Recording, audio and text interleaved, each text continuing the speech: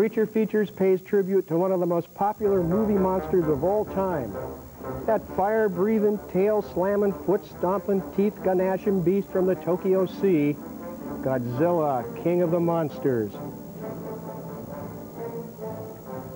Highlighting our Godzilla show, an original, never-before-seen Godzilla comedy sketch by the Duck's Breath Mystery Theater. And after tonight, it may never be seen again.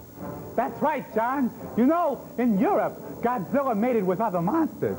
But here in America, we don't know what he mated with. However, tonight, I will try to incubate this last remaining Godzilla egg, which I personally found in an irrigation ditch in downtown Livermore. For those of you with more scholarly tastes, we have in the studio Augie Ragone, the Bay Area's leading expert on what makes Godzilla such a lovable commodity in the hearts of millions of moviegoers. And you will see these Japanese superhero toys from the collection of Butch, who will share with us his posters, comics, books, all the things that are involved in the backwash of the Godzilla craze. And our feature tonight, Godzilla versus Megalon, in which our gallant 400-foot-tall, 50-ton radioactive lizard does battle with invaders from outer space, crashing, bashing, and smashing. Give 'em what for, you dingy dinosaur, because this is your life as we present the first all Godzilla night on your show of shows, Creature Features.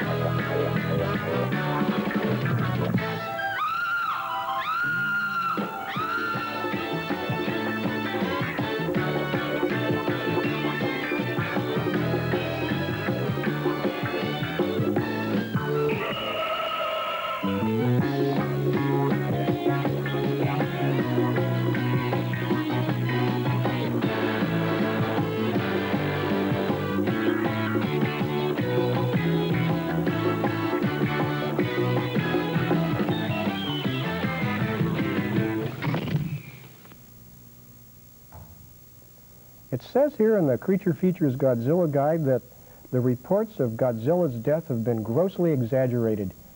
He was not killed at the paws of King Kong, Mothra, or that three-headed monstrosity, Ghidorah. No, Godzilla is alive and well and living on the outskirts of Tokyo, still stomping all those enemies from space and teaching his son how to blow those radioactive smoke rings. It also says here that among the young and the old out there, Godzilla remains one of the most enduring and durable creatures of the cinema. Although in recent years the films have featured less than spectacular special effects and they've really become ludicrous wrestling matches between gargantuas, you can't deny the fact that they still gross millions of dollars and each one spawns another sequel. Now, Godzilla was first created in 1954 in a film directed by Shiro Honda. Godzilla, King of Monsters, was Japan's answer to the American monster movie spawned by the Atomic Age. It was purchased for American release, but re-edited with new footage featuring Raymond Burr as an American newspaperman covering Godzilla's attack on Tokyo after the creature is awakened by an atomic blast at Bikini Atoll. The film was a big smash in America, making the Japanese suddenly aware that the 400-foot-tall king lizard was a gold mine. Now, some critics have suggested that Honda was making an allegory about the atomic attack on Japan. Others have drawn parallels between Godzilla's radioactive traits and the American war machine, which sure destroyed Tokyo in 1945. I prefer to think of Godzilla as an old-fashioned movie monster, strictly designed for thrills. Now, in subsequent Godzilla films, the creature has taken on greater benevolence toward Earthlings, focusing his destructive powers instead on extraterrestrial invaders. Now, here we see Godzilla engaged in mortal combat with the Smog Monster. That was a creature composed of sludge and waste pollutants. It was an allegorical war against the enemies of ecology. Now, Godzilla also challenged the air supremacy of the Thing, which turned out to be Mothra, that overgrown winged warrior. And that three-headed creature, Ghidorah, a formidable opponent with old 50-ton Godzilla having to call upon Rodan and Mothra to help him win out.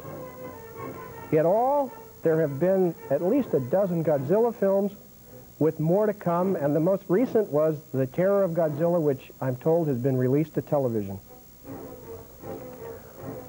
Well, tonight we're going to examine the Godzilla phenomenon. We're going to be trying to figure out what makes that creature tick. Why is he so popular with audiences throughout the world? We have a couple of experts in the studios with us.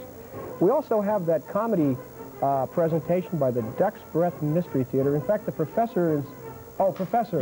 Yeah. How is the egg hatching proceeding? I don't know. I'm trying to get it to do it with this light here, but I don't think I have enough power.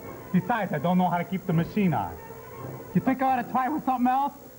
Yeah, why don't you use some of the arc lights overhead? Wait, I got a toaster over here. Excuse me, I dropped my meter. Yeah. I'll talk to you in a second. Okay. Well, that's the professor. Well, there was supposed to be a clip tonight of Saturn III, the new science fiction film, but it didn't arrive. I don't know what happened. It just didn't get here in time. This is the big-budgeted motion picture that's opening February 15th in Bay Area theaters. We have some stills that we'd like to show you in lieu of the film clip. Now, the film stars Farrah Fawcett and Kirk Douglas. They're on one of Saturn's moons and a project on an underground base. And there's a robot, killer robot, comes along by the name of Hector and tries to destroy the American base there. Here you see some of the action scenes from the film. And here's some of the Earthlings in spacesuits. Now, if you would like to see this major motion picture, I'm going to be hosting a screening on February the 14th. We're going to have two screens at 6 and 8 o'clock. Here's the address to write to if you would like tickets to see Saturn III.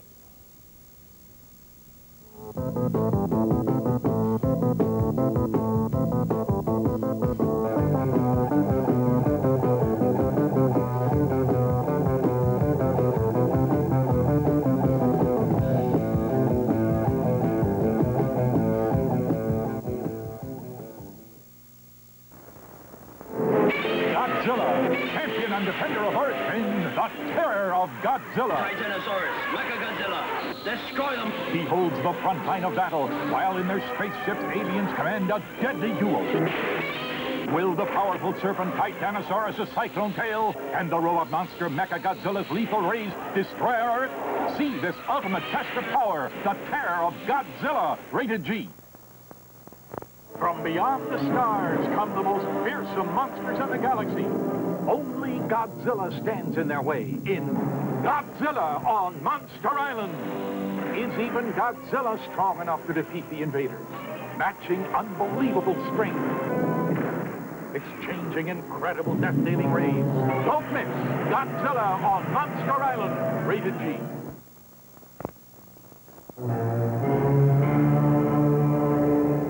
Destroy all monsters. Orders the conclave of nations when unknown powers from outer space attack our world with gargantuan man-killers. Then the armies of our world unite.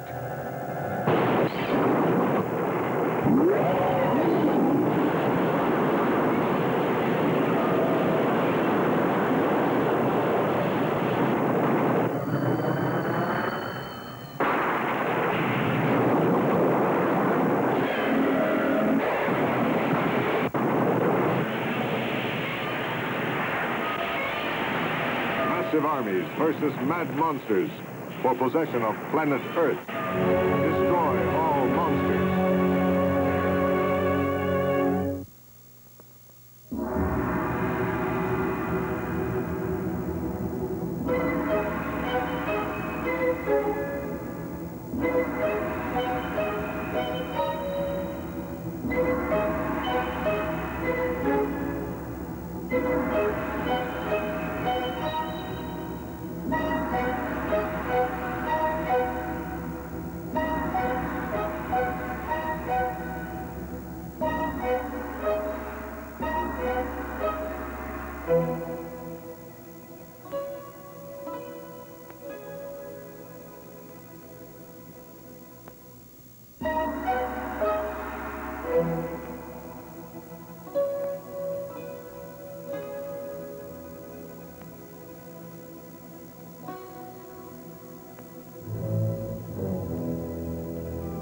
What you've just seen are items from the collection of Augie Ragone of San Jose. Although only 18 years of age, Augie has already established himself as the Bay Area's leading expert on the subject of Godzilla. Augie, let's first establish your credentials as an authority on Godzilla. How old were you when you saw your first Godzilla film? Had to be about 4 or 5 years old. That young? Yeah, my mother took me to a drive-in. We used to go to the drive-ins almost every weekend. And luckily, that's when Godzilla vs. a Thing was when it was in its first release. And I don't quite remember it too well, but I think ever since that night I've been hooked. Why were you hooked? There's something special about him. You know, he's continuing, it's something, they keep it a consistent pace with these films. Everybody's attracted to them. Yeah, I was going to ask you, why are audiences all over the world so taken by this one creature more than any other? Well, I came up with this one analogy a long time ago. It's kind of hard to explain. It's like the way women go crazy over like Burt Reynolds or, you know, somebody like that, Burt Parks. Someone like that. Johnny Carson went crazy over him. Well, who was responsible for the special effects in the Godzilla movies? E.G. Tsuburaya. Now, he did all of the work in the, first 10 Very films? first films. He did it all the way up till that last trailer we saw, which was Destroy All Monsters. Is he dead now? Yes, he died in 1970, January 20th. I see. You know everything, don't you? I hope so. Well, I'd be in trouble if I didn't. one of the things that the fans may not understand about the Godzilla films is that, unlike the Harryhausen films, there's no stop-motion animation. It's just, how did they do it? Well, they, in their very first film, they were going to stop-motion animate the entire first film. And then they found out that it would be too expensive and it would take a tremendous amount of time. So they just Toho compiled their best cast for the film and their best special effects people, and they thought that their special effects people could work a way around that, and they did it.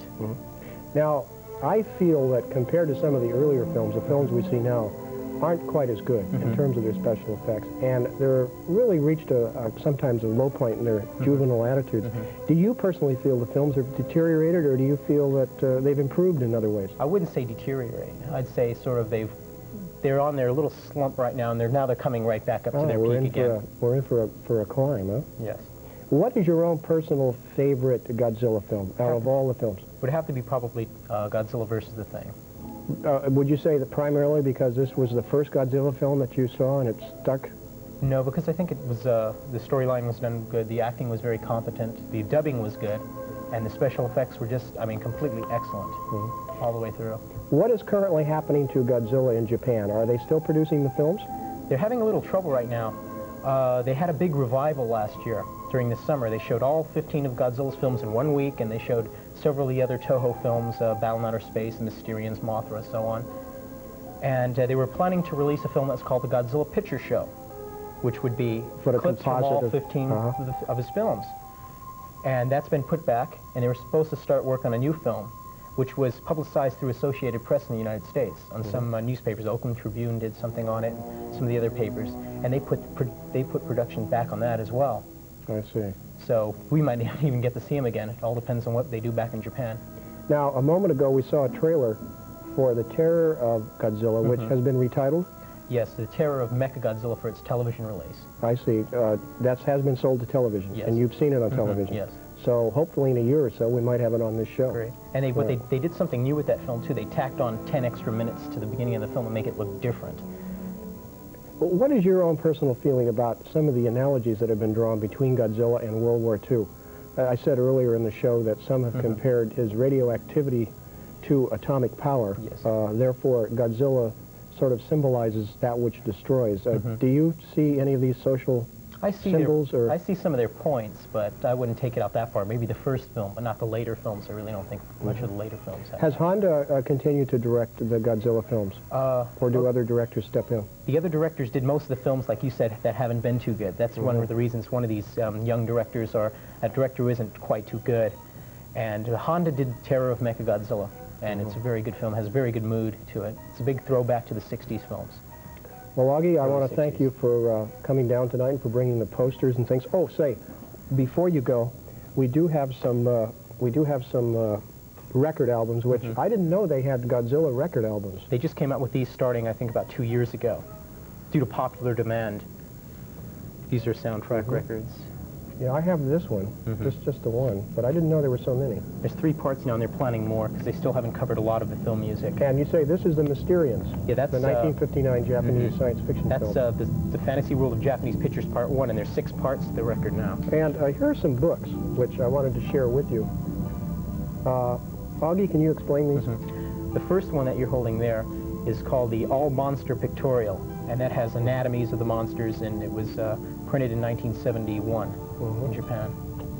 And this is a recent book, and it's one of the books commemorating its 25th anniversary, which was Now we last have year. some magazines here. Very colorful. That's a book that's called The Complete Collection of Godzilla. It has all the original Japanese posters, American posters from all over the world. And that's an original program booklet from Terror of Mechagodzilla. Here's another one. And that's from a film that was critically acclaimed in Britain, which is called Catastrophe 1999, that I have seen. It's really good. Is this the Mysterians? Yes. Well, Augie, you have so many things here, and we That's just don't have time to show more. But I do want to thank you for bringing all of these down. Thank you. And let's see, the professor, we need a progress report.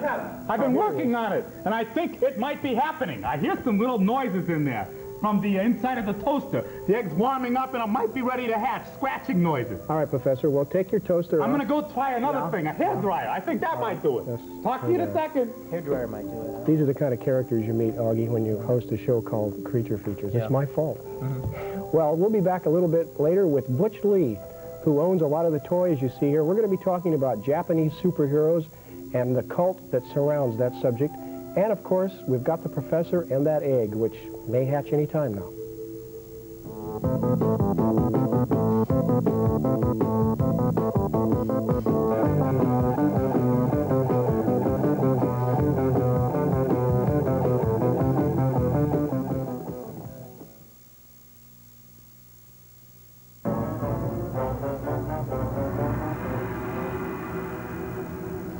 Godzilla, Japan's world-famous monster, has made a fortune for its creators and producers, suggesting in a less than subtle way that there might be more lucrative territory to explore.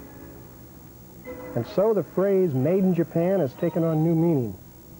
The Japanese have followed in Godzilla's paw tracks to produce a lineup of superhero toys, plus an assortment of books, comics, games, you name it, the Japanese have made it. These items are a small part of the collection of Butch Lee, who is manager of the Golden Gate Comics shop at 722 Columbus Avenue in San Francisco, and who's earned a reputation as a leading enthusiast and authority on the subject of Japanese superheroes. Butch, why do you think the Japanese have such a great need for all of these super characters? Entertainment. I think that they have a larger scope of the idea of the future and the space age idea as part of their entertainment. Do you think it's greater than that here in the United States? Far superior. In other words, their manufacturing of toys and products far exceeds ours. Well, not the manufacturing of amounts of toys, but the creativity in the space idea, the future, space travel, and combining with the old-fashioned Flash Gordon action. I mean, it's their westerns. It's a space age western. How did you personally become interested in all of this Japanese hardware? I noticed that the French were interested. Some people who came into the store had a couple of the older, totally metal. The newer ones are getting more and more plastic, as the rest of us are. But Speak for yourself. Yeah, well, we have it going. The creativity is becoming, technology is becoming much more refined. The designs are being even more realistic than they originally started. Would you say that most of these items are a result of Godzilla, or are there other contributing factors?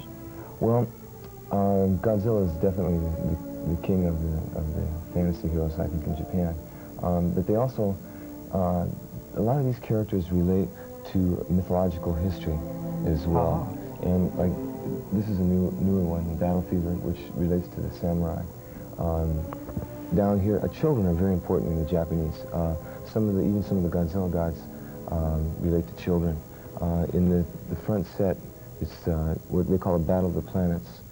The heroes are young. They're probably around 18 years old and maybe younger, and they had transplants in their brain to give them superpowers.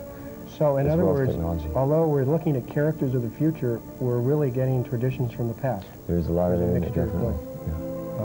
Now, this is a leading question, Butch, since you're kind of in the business, but where does one go here in the Bay Area to buy some of these items?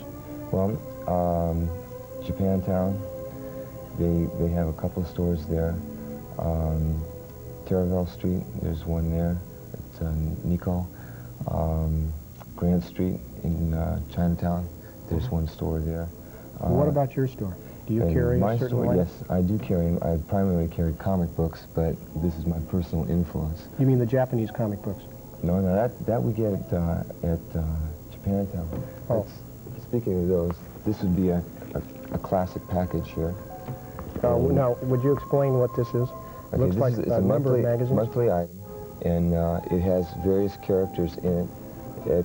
Like our comic books, they have their own heroes.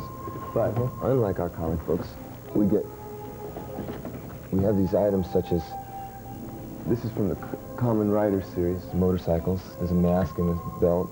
There's one of them. It's like a bug, huh? You make these out of the books and you put them together. This is sales. We have a game that shows the heroes, and then when you knock them over, they come up in their disguises. Speaking of games, you have a large box here, which I found rather captivating. You want to explain what this is? Okay, now this is a Get Tiger set. It's an Get Tiger? It's early superhero. Now all these are in film. They're all in video and animation. And this particular set, we're offering as an introductory to people who might be interested in getting involved in toys, because we need the support. Now, this is at the Golden Gate Comic Shop Comics. at 722 Columbus. Okay, And we have an address for that. Can we take a look at that address for the Golden Gate Comic Shop, 722 Columbus? And if you'd like to call Butch and talk to him about our subject tonight, the number is 982-3511. Ask for Butch Lee. Butch, what are some of the more popular Japanese-produced superhero series being shown in America on television?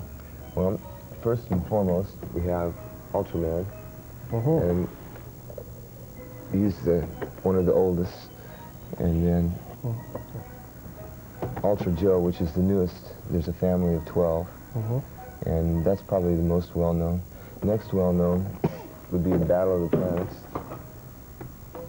which is this set here. Okay, from this set, I have the complete toy set, which includes, it's from the second series, there's 3 series out. And each one of those... An amazing amount of merchandising materials here. How do the American space adventure series, such as Star Trek and Star Wars, how do they fare in Japan? Are they as popular, Very popular in Japan as their own toys? Yeah, definitely. They really, well, for instance, this is a Japanese Spider-Man. It's called Lebanon, and Spider-Man being a superhero character, they've adapted to their own and given him a robot, and he runs around chasing bad guys. Butch, I want to thank you for dropping in tonight. I know some of the fans are going to be coming by the store to check out the Japanese merchandising. Have you seen the Professor? We were supposed to have a progress. I don't have much time because it's really working now. I switched to a hairdryer. When I went up to the highest temperature, all of a sudden the egg grew bigger and started to bubble. How big is the egg, Mike? Well, it's at least the size of a bathtub. It's very dangerous, I think, but I'm not worried. Why? Because I'm a scientist, and danger is my business. I'll see you later, John. I'll take care of okay, Professor. Don't be afraid. That's Professor Nutsy, in case you didn't catch the name earlier. We'll be back at the end of our movie to show you what happens with that egg. See you then. Don't do it. Don't touch it. Don't touch the dial. Yes, keep your hand off that dial, because Professor and I will be right back to show you the Godzilla hatching. You see? It got as big as a bathtub, but then it shrunk. It's all crap. I'm worried. In just a moment, the Duck's Breath Mystery Theater. I know them. Don't touch the dial.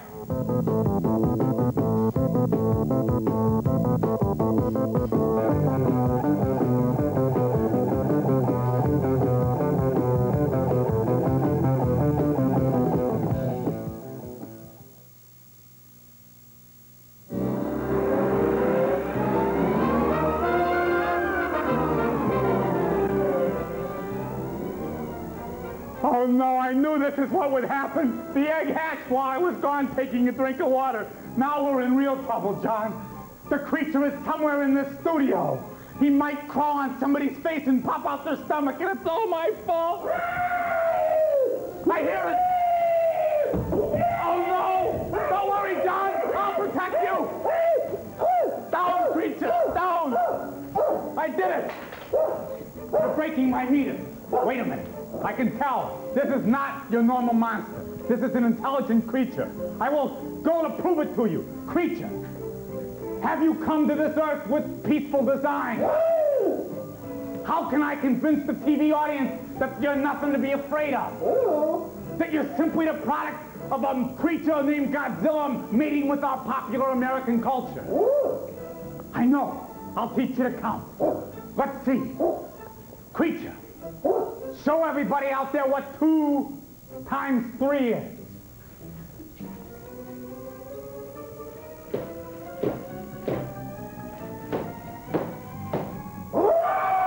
That's right. But let's not let him get away with murder. Let's make him go on to a more difficult problem, okay? Creature, I want you to take the natural log of 2. Integrate it from all points from 0 to infinity. Multiply by 5,389. Divide by 5,900,995. And the answer is...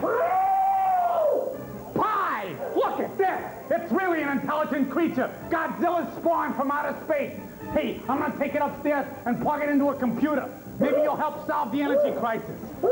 The guys in Livermore love to see this. Didn't I tell you a few weeks ago that I was going to try to raise the intellectual level of this show? I think tonight we reached a new plateau. Well, if you would like to see the Duck's Breath Mystery Theater, they're going to be making some appearances next Friday and Saturday night. That's February 8th and 9th. They're going to appear at the Julia Morgan Center. That's located at 2640 College Avenue in Berkeley. And the shows start at 8 p.m. And they're going to be presenting 2 plays, Dr. Breakfast's House of Horrors and a Cliff Notes Hamlet. Now, a couple of other announcements here. Fantasy Etc., which is the bookshop located at 805 Larkin Street in San Francisco, is going to be holding an autograph party tomorrow at 1 o'clock for Chelsea Quinn Yarborough. She's a very good Bay Area writer. She always has a new book coming out, and she'll have all of her merchandise there for you to take a look at, and she'll be signing autographs too. The Will Stone Gallery, that's located at 560 Sutter Street. Will specializes in fantasy art exhibits, and he's going to be displaying the work of Mill Valley artist John Casey. That's beginning February 5th. That's on Tuesday. So you might want to drop in there and take a look at a very good display of pen and ink work and other forms of art. We're also going to be taking our cameras over there, and we're going to be bringing you a feature report in a couple of weeks. One other announcement, you comic book fans out there, the Collector Con #3 is going to be held Sunday, February 10th from 10 a.m. to 6 p.m. at McLaren Hall at the University of San Francisco. Make a note of that now. I'll repeat that. The Collector Con #3, Sunday, February 10th, 10 a.m. to 6 p.m. at McLaren Hall, University of San Francisco. Well, next week, my film is The Spectre of Edgar Allan Poe, which purports to show us why Edgar Allan Poe became obsessed with death and violence and premature burial and all of that. Also, I'll be bringing you my special Stephen King interview, which got postponed last week. We had to hold it back because of an overloaded show, and many other features. So we'll see you next week with The Spectre of Edgar Allan Poe.